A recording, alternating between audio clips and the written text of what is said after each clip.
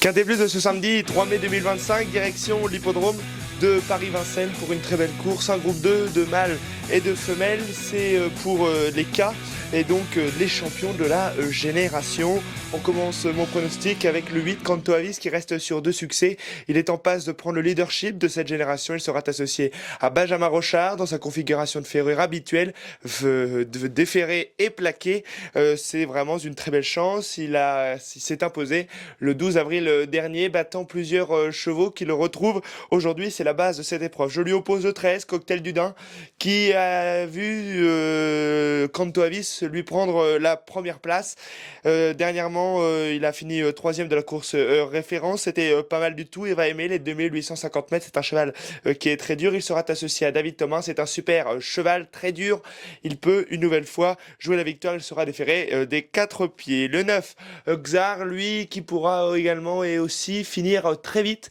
Il peut finir très vite. Il faut oublier sa dernière sortie. Il sera associé à Mathieu Abrivard. Son entraîneur est très confiant. Pour moi, il peut prendre une place à l'arrivée. Pourquoi pas même jouer la victoire.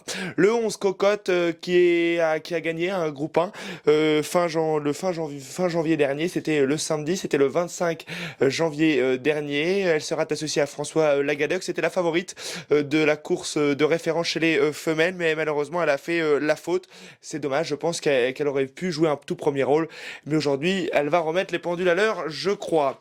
Le 12, Cana de Bélève, elle qui a remis par contre les pendules à l'heure le 12 avril dernier. Elle s'est imposée. Elle a sans doute profité de la faute de Cocotte, qui n'a pas fait la course. Par conséquent, elle était un petit peu toute seule. Ce 12, Cana de Bélève, elle sera associée à Eric Raffin. L'As, Kyoto Digeo, qui sera mon outsider de cette épreuve. C'était la note l'autre jour à Vincennes où il a fini très fort, quatrième en battant des chevaux qu'il retrouve aujourd'hui. C'est le moins riche de l'épreuve, mais ce n'est pas le moins qualiteux. Le 4, Kobayashi, qui a fini lui deuxième derrière Canto Avis. Il sera associé à Johan Le Bourgeois. Il peut finir très fort. Une place est possible pour lui et là, il a sa place également à l'arrivée. Le 3, Kataki de Valise, finira ma sélection. Il sera associé à Gabi Gelormini. Il n'a pas été chanceux. L'autre jour, il s'est retrouvé derrière un cheval qui rétrogradait, qui n'avait plus la force de continuer. Par conséquent, il s'est retrouvé loin